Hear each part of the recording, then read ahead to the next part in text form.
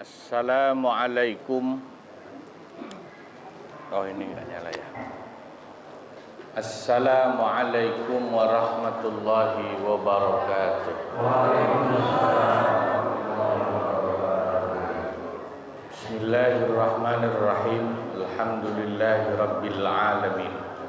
Wassalatu wassalamu ala sayyidina Muhammadin wa ala alihi wa sahbihi ajma'in, amma ba'd. Al-mukarramun wal mukarramat, para guru yang saya muliakan, para sesepuh, para jamaah, moga-moga semua dicatat sebagai ahli-ahli surganya Allah.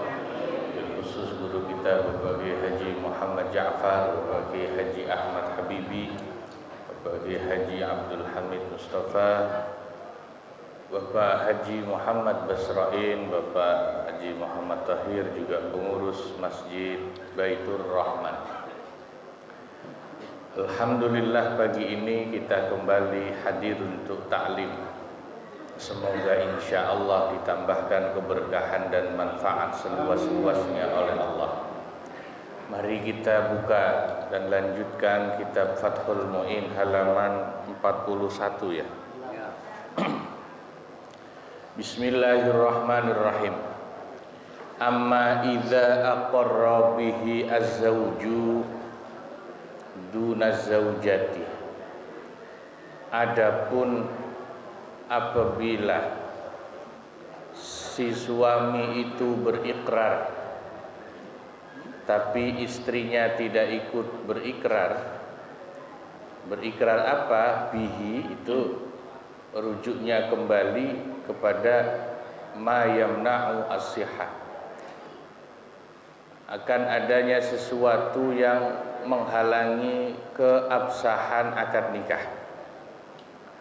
Fayufarraqu bainahuma, maka suami istri itu harus dipisah.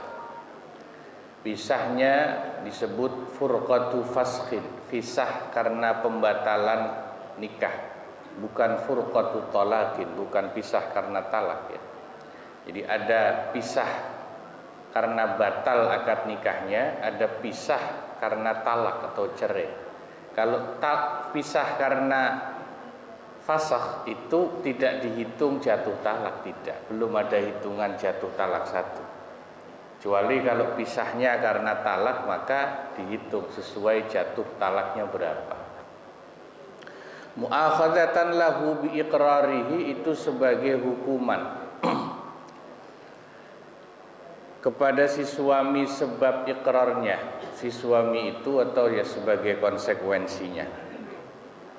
Wa alaihi, dan wajib bagi si suami nisful mahri illam yadkhul biha, memberikan setengah dari nilai mahar atau mas kawin kepada istrinya, meski jika dia belum mendukhul, ya menggauli istrinya.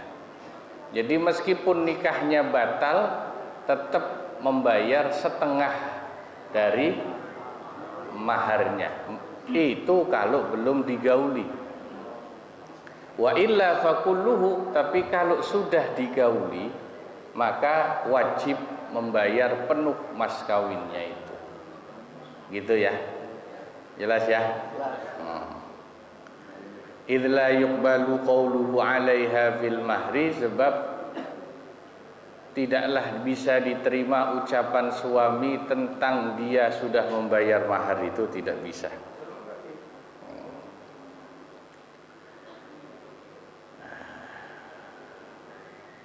Pak, lo belum diapa-apain kok tetap bayar mas kawin 50% itu? Ya sebab hitungannya wanitanya dirugikan. Wanitanya yang meskipun masih ya belum diapa-apain, tapi statusnya sudah reject gitu. Statusnya sudah jadi reject, karena sudah janda.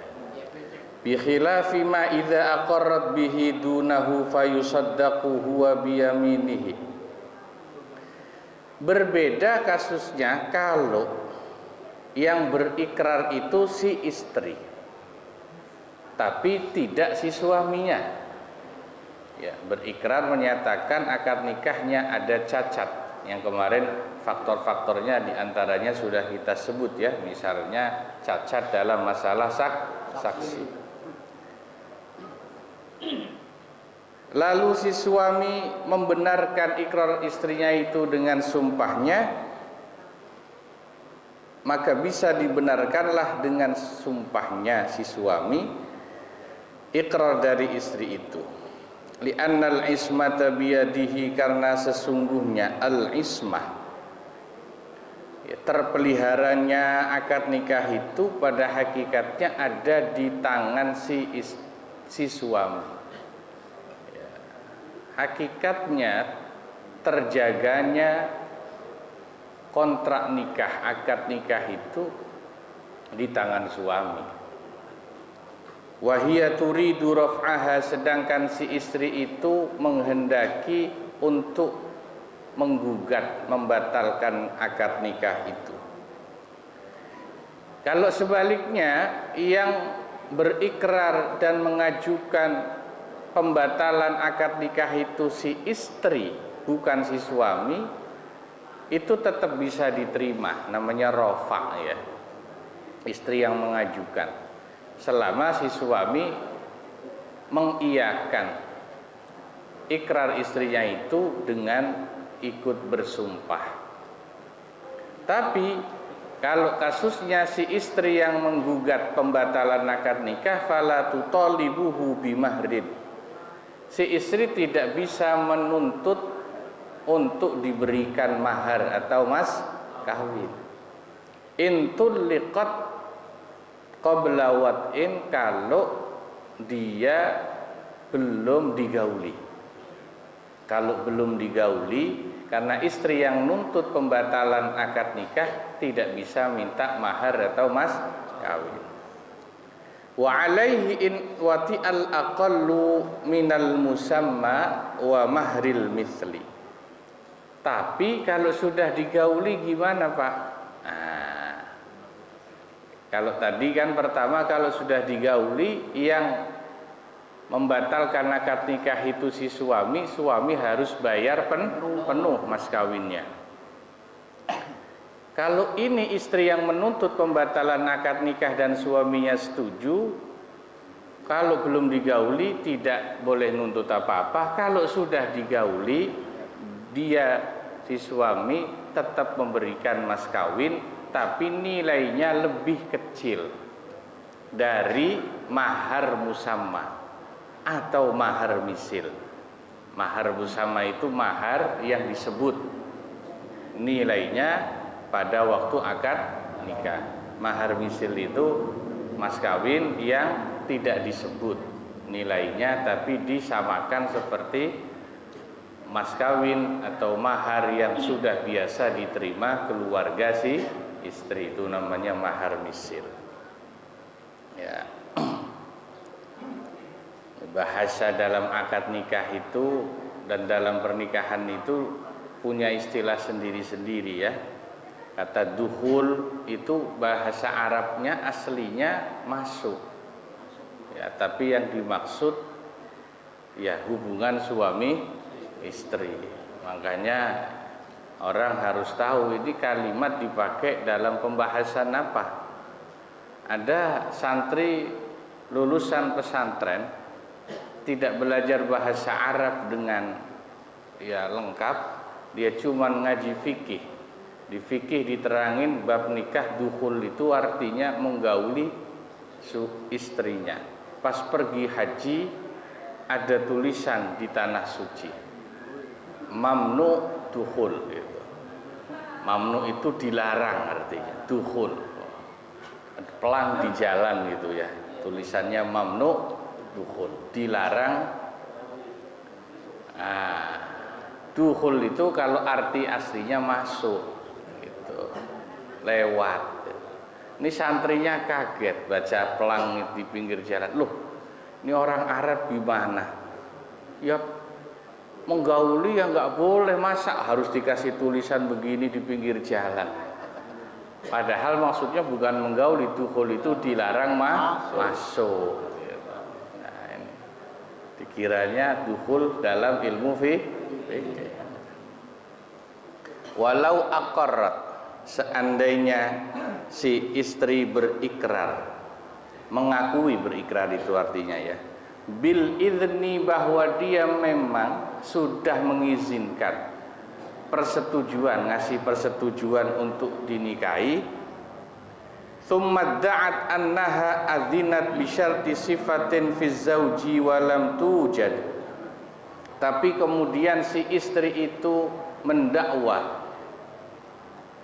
bahwa sesungguhnya dia itu setuju untuk dinikahi itu karena ada satu syarat sifat tertentu yang ada pada diri si suami, tapi ternyata syarat itu atau sifat itu tidak ada pada si suami.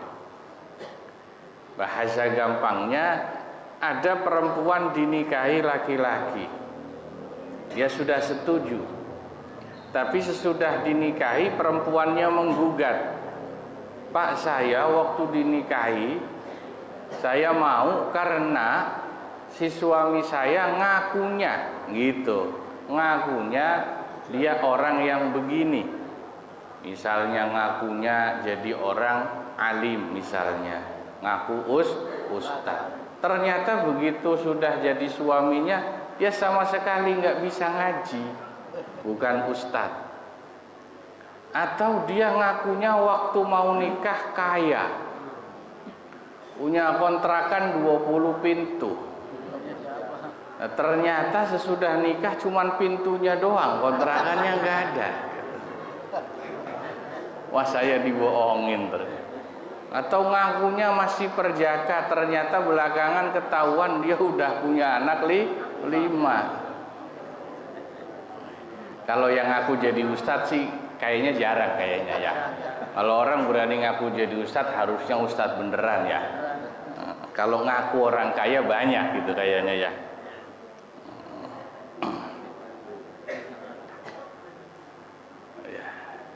Dibohongin ternyata gitu, dia merasa ditipu, dia menggugat. Wa nafaz zauju dzalika, tapi si suami membantah yang demikian itu. Nah, ini kalau ada kasus begini ini bagaimana nih ya? Ini ngakunya suaminya dulu belum nikah orang kaya, bakal beliin ini mobil mewah, ternyata mobil dapat minjem ya atau apalah ya. Wah, ngerasa ditipu, suddiqat biyaminiha, maka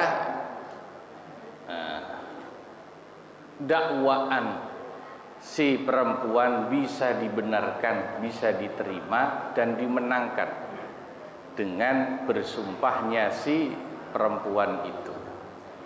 Fi mastadharahu syekhuna, sebagaimana pendapat yang dianggap zahir oleh guru kami. Nah, ini jadi salah satu faktor yang bisa membatalkan ya pernikahan itu adalah karena si perempuan ngerasa ditipu atau tertipu. Sebelum nikah suaminya ngakunya begini, ternyata sesudah nikah tidak sesuai dengan janji atau pengakuan suami. Itu andai kata suaminya membantah, oh enggak Pak, saya enggak ngaku gitu, biasa misalnya kan ya. Tapi si istri ini mau bersumpah, itu yang menang adalah dakwaan dan ucapan si perempuan. Dalam hal ini perempuan yang dimenangkan. Dalam hal ini yang dimenangkan adalah perempuan. Karena apa? Perempuan yang menjadi objeknya, perempuan yang menjadi korbannya, maka ucapannya dari sisi hukum lebih bisa diterima dibanding ucapan si suami. Misalnya suaminya mengelak alasan begini, enggak Pak, saya enggak ngaku-ngaku gitu, tidak bisa. yang dimenangkan adalah ucapan si perempuan selama perempuan itu mau bersumpah di pengadilan atau di depan hakim. Lah itu kasusnya, makanya ya ini penting juga nih. Ya jangan sampai nikah ternyata ketipu. Nikah ternyata ketipu. Ya, karena nikah itu ibadah. Dan nikah itu ibadah yang istimewa sebetulnya. Istimewanya apa? Nikah itu di samping disebut ibadah yang universal. Kenapa disebut ibadah yang universal? Karena semua agama mengajarkan pernikahan. Di agama apa saja. Tidak ada agama yang mengajarkan perzinahan, tidak ada. Maka disebut universal. Kedua, nikah juga ibadah yang bersifat perennial. Perennial itu artinya langgeng, abadi atau kekal. Tidak hanya di dunia. Nikah itu, pernikahan itu bisa terus sampai akhirat. Selain nikah itu tidak ada ibadah yang langgeng. Ibadah sholat itu hanya kita kerjakan di dunia. Nanti kalau sudah masuk surga orang udah nggak sholat lagi, Pak. Betul? Puasa cuman ada di dunia. Nanti kalau udah di akhirat orang nggak perlu puasa lagi. Pergi haji cuman di. Nanti kalau udah di akhirat nggak ada haji lagi. Tapi nikah di dunia, masuk surga pun nikah. Pernikahan itu masih makanya nggak ada orang yang jomblo di surga, itu nggak ada. Karena di surga harus nikah, harus punya istri. Entah itu istrinya sama-sama manusia atau bidadari. Itu ibadah perennial namanya, langgeng. Makanya karena sifat ibadah nikah itu langgeng, ya jangan sampai ketipu, supaya tidak bubar di jalan tadi ya. Diniati yang baik, diteliti calon suaminya, calon istrinya, jangan sampai menyesal belakangan ya. Itu nikah ya. Nikah juga kata ulama adalah ibadah yang ideal.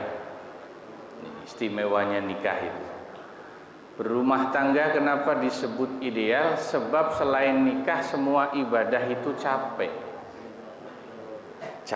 ya, sholat ya capek, ngaji ini ya duduk lama pegel, puasa apalagi lapar, haus, lemes. Kan cuma nikah ibadah tapi enak ya. Cuman nikah ibadah tapi enak. Makanya disebut ibadah universal, ibadah yang perennial, dan ibadah yang sifatnya ideal. Nah, ini sampai halaman berapa? Nah, 42. Nah, ini ngaji kita meskipun tidak panjang, moga-moga wallahu a'lam bishawab. Ilaihil marji'u wal ma'ab. Kurang lebihnya mohon maaf. Wassalamualaikum warahmatullahi wabarakatuh.